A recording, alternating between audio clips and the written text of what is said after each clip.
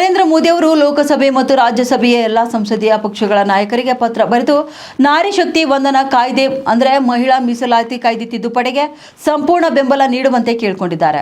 ಈ ಪತ್ರದಲ್ಲಿ ಪ್ರಧಾನಿ ಮೋದಿ ಅವರು ಏಪ್ರಿಲ್ 16ರಂದು ಪ್ರಾರಂಭವಾಗುತ್ತಿರುವ ಸಂಸತ್ತಿನ ವಿಶೇಷ ಅಧಿವೇಶನದಲ್ಲಿ ಈ ಐತಿಹಾಸಿಕ ತಿದ್ದುಪಡಿಯನ್ನ ಸರ್ವಾನುಮತದಿಂದ ಅಂಗೀಕರಿಸಬೇಕೆಂದು ಕರೆ ನೀಡಿದ್ದಾರೆ. ಇದಲ್ಲದೆ ಬಿಜೆಪಿ ತನ್ನ ಎಲ್ಲಾ ಸಂಸದರಿಗೆ ವಿಪ್ ಜಾರಿ ಮಾಡಿದ್ದು ಏಪ್ರಿಲ್ 16, 17, 18ರಂದು ಸದನದಲ್ಲಿ ಹಾಜರಿರುವಂತೆ ನಿರ್ದೇಶನ ನೀಡಿದೆ. ನಾರಿ ಶಕ್ತಿ ವಂದನಾ ಕಾಯ್ದೆಯಲ್ಲಿ ಪೂರ್ಣ ಉತ್ಸಾಹದಲ್ಲಿ ಜಾರಿಗೆ ತರುವ ಸಮಯ ಬಂದಿದ್ದು 2029ರ ಲೋಕಸಭಾ ಚುನಾವಣೆಗಳು ಮತ್ತು ಮುಂಬರುವ ಎಲ್ಲ ವಿಧಾನಸಭಾ ಚುನಾವಣೆಗಳಲ್ಲಿ ಮಹಿಳೆಯರಿಗೂ ಕೂಡ 33% ಮೀಸಲಾತಿಯನ್ನು ಸಂಪೂರ್ಣವಾಗಿ ಜಾರಿಗೆ ತರುವುದು ಸೂಕ್ತವಾಗಿದೆ.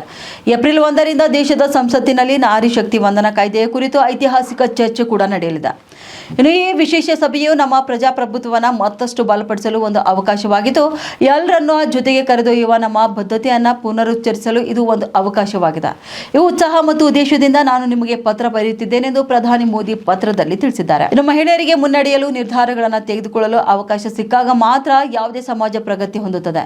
ಇನ್ನು ಅಭಿವೃದ್ಧಿ ಹೊಂದಿದ ಭಾರತಕ್ಕಾಗಿ ದೇಶದ ಸಂಕಲ್ಪವನ್ನು ಸಾಧಿಸಲು ಮಹಿಳಾ ಶಕ್ತಿಯು ಈ ಪ್ರಯಾಣದಲ್ಲಿ ಸಂಪೂರ್ಣವಾಗಿ ಪಾಲ್ಗೊಳ್ಳುವುದು ಮುಖ್ಯವಾಗಿದೆ.